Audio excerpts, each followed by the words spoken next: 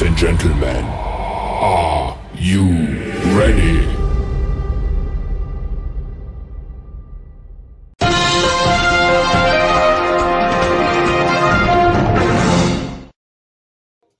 Oh, yeah, motherfuckers. Oh, yeah, I'm back. This is your main man, Mr. Can You Dig It? Baton Rouge Mayor. And I'm back with a couple hot ticks of these motherfucking politics. Hit that motherfucking subscribe button, nigga. Oh, look, America. Breaking news, breaking news, breaking news. The ceasefire has now been breached. The Ayatollah motherfucker say fuck that ceasefire and started shooting again. Donald Trump used a duck. Lock his mother. The so-called ceasefire has already been violated. This is quickly devolving into chaos before our eyes as attacks continue. An oil refinery on Iran's Lavon Island was attacked this morning. Iran then retaliated, striking Saudi Arabia's east-west oil pipeline in a drone attack. Kuwait says water desalination and power plants were struck by Iran earlier today. We're also hearing that the UAE and Bahrain were attacked. Meanwhile, Israel continues to pound Lebanon with airstrikes. The scenes out of Lebanon look apocalyptic right now. This is one of the largest coordinated strikes by the IDF against Lebanon to date. Reports are already coming in that at least 300 people were killed in the attacks, with many more injured. Iranian state media outlet Fars posted on Telegram that while 2 tankers transited the Strait of Hormuz this morning, they will block the strait as long as Israel attacks Lebanon. Iran says that Lebanon was part of the ceasefire agreement. Shehbaz Sharif, the PM of Pakistan and the independent mediator of this ceasefire, says that Lebanon is part of the ceasefire. But now the U.S. and Israel are contradicting him, saying that it is not. Sharif posted this morning, quote, "Violations of ceasefire have been reported at few places across the conflict zone which undermine the spirit of peace process. I earnestly and sincerely urge all parties to exercise restraint and respect the ceasefire for 2 weeks as agreed upon so that diplomacy can take a lead role towards peaceful settlement of the conflict." Meanwhile, people are absolutely stunned by Trump's deal with Iran, even many supporters of Trump's war, as it appears he folded to every one of Iran's demands, including allowing them to charge ships to pass through the strait. This situation is extremely precarious at the moment. We'll keep following it, so spread the word and listen to the Midas Touch podcast for more updates. Oh, look, America. The Epstein files and Netanyahu and the Israel clique is the reason why we in a war right now. We need to go get the Israel clique and Netanyahu ass. Bring them back to America. Put the handcuffs on them. Kick them in their ass. Lock his...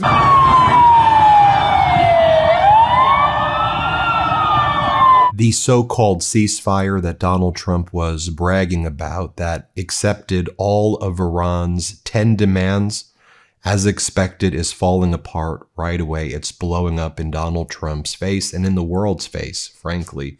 What you just saw there at the beginning of the video is chaos unfolding in Beirut, Lebanon's capital, as Israel carries out a wave of airstrikes across the country, hitting what it said were more than 100 targets in 10 minutes.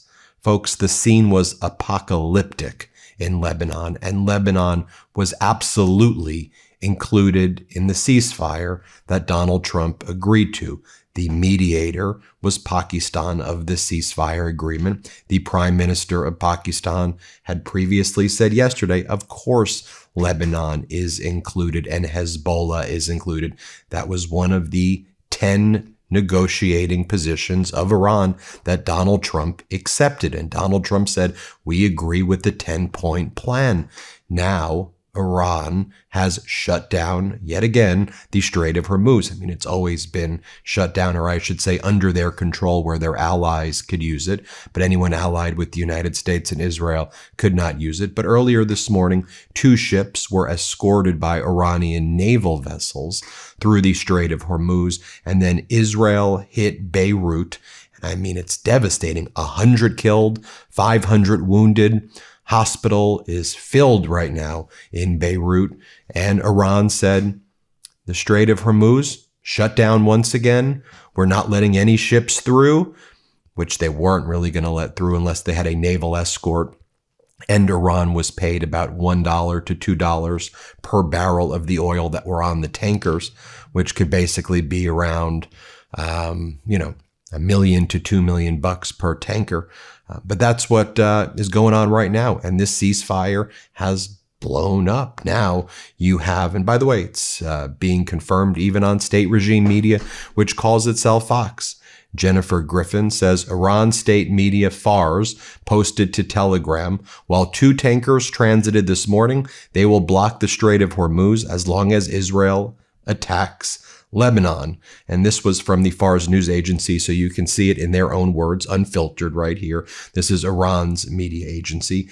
Oil tankers halt passage through the Strait of Hormuz after Israel attack on Lebanon. Simultaneous with the Israeli attack on Lebanon, the passage of oil tankers through the Strait of Hormuz has been halted. Then Iranian social media accounts are posting, closed until further notice. Another one says, hey, Trump, if you don't have a leash for the rabid dog Israel, should we get one for you? Pakistan's prime minister, meanwhile, Shehbaz Sharif, is saying that it is aware of ceasefire violations that undermine the spirit of the peace process.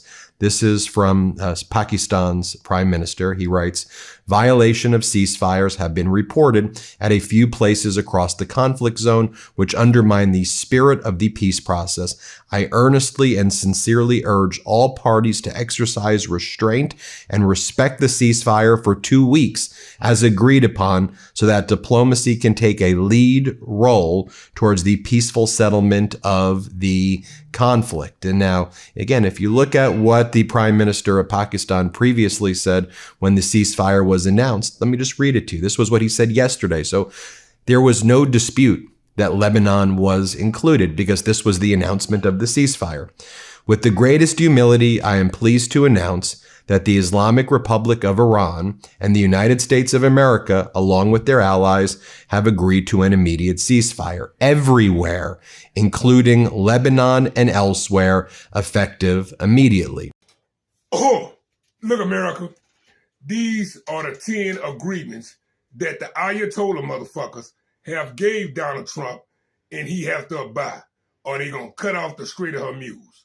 Number 1, committed to non-aggression, continue of Iran's control over the Strait of Hormuz, acceptance of uranium enrichment, lifting up all primary sanctions, lifting up all secondary sanctions, terminating of all UN Security Council resolutions, termination of a Board of Governors resolution, payment of compensation to Iran, withdrawal of U.S. combat forces to Iran, casualties of war, all fronts included against Ayatollah in Lebanon. Lock his motherfucking ass up. That bitch fuck clean over as you know that motherfucker was a crook. Now, number 1, a commitment to non-aggression against Iran, Hezbollah, the Houthis, and the Iranian Shiite groups in Iraq, continuation of Iran's control over the Strait of Hormuz, acceptance of Iran's uranium enrichment, lifting all primary sanctions from Iran, lifting all secondary sanctions of Iran, termination of all UN Security Council resolutions, termination of all Board of Governor resolutions, payment of compensation to Iran, withdrawal of U.S. combat forces from the region, cessation of war on all fronts, including against Hezbollah in Lebanon. That's Oh, look, America. Cocaine Pete Hegseth and his Nazi Pentagon that started to threaten the Pope, all because the Pope was talking about the war crimes. Pete Hegseth said he can do what he want to do. Put the handcuffs on him. Lock his mother.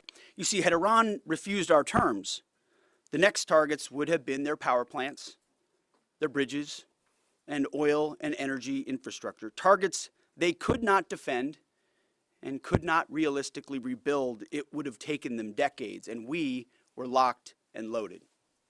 They couldn't defend against it.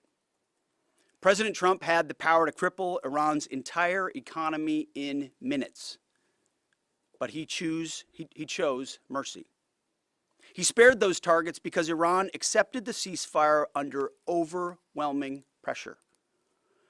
The new Iranian regime understood that a deal was far better than the fate that awaited them. This new regime was out of options and out of time, so they cut a deal. Oh, look, America. Sunday, Donald Trump threatened Iran and 93 million people with annihilation, genocide, war crimes. Put the handcuffs on him. Him and Pete Hegseth. Lock they motherfucking ass. Donald Trump's like, if it were up to me, I would keep the oil. I want to keep all of Iran's oil. Play this clip. And we've obliterated a very powerful country in 34 days. Yeah, if it were up to me, I'd like to keep the oil. I just don't think the people of the United States would really understand. Oh, look, America. These are the exact words that Donald Trump spoke the other day to the world. A whole civilization would die tonight, never to be brought back again. I don't want that to happen, but it probably will. However, now that we have a complete and total regime change, where different, smarter, and less radicalization minds prevail, maybe something revolutionary, wonderful can happen. Who knows? Well, find out tonight. One of the most important moments in the long and complex history of the world, 47-year-old extortion, corruption, and death will finally end. God bless great people of Iran. Lock his motherfucking ass up. Those war crimes. Straight the fuck up. Initially, Iran rejected this idea of a ceasefire without a permanent commitment from the U.S. They demanded a toll for the opening of the Strait of Hormuz. That was a total non-starter. And total amnesty, as we understand it, for its, again, whatever is left of its top officials. Both were not going to be given or guaranteed by the United States. So again, politically, militarily, everything was on the line. Because even some of President Trump's most committed MAGA supporters they're getting anxious, holding their breath. They're like, did he really mean that? Is he going to do that? And notoriously hawkish Wall Street Journal cautioned the president to pick tonight's targets wisely. They wrote a whole editorial on this, saying, try to distinguish between infrastructure that has a military purpose and infrastructure that could be destroyed and just completely ruin the lives of innocent people in Iran, the people we were supposedly trying to help. Oh, look, America. The Botox face skank Lauren Ingram from our Fox and Friend News need to be took off air, kicked in her ass, put the handcuffs on her, and lock her motherfucking ass up. She think this shit is a game. She's stoking this motherfucking war. Look, America. Make no motherfucking mistake about it. Donald Trump launched this war for the Epstein class in Israel. Netanyahu. Israel and Netanyahu. Bring their ass to America. Lock they motherfuckers.